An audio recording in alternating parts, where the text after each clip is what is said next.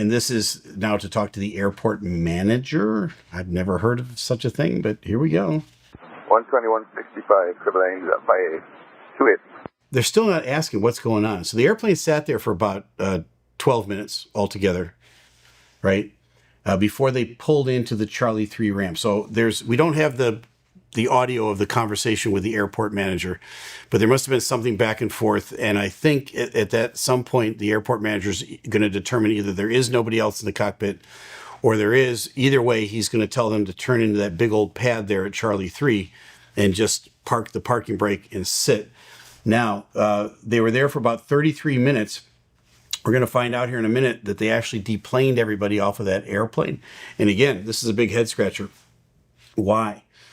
Why did they do that? All right. So having said all of that, this ends up being kind of a nothing burger at the end of the day. I don't know what they determined out of all of this, but maybe somebody sent in a bomb threat. Maybe somebody said there was a terrorist or a bad guy on board the airplane. Maybe there's all those no-fly lists that we have now in the U.S. Maybe there was a person or two of interest on a no-fly list that made it onto this airplane.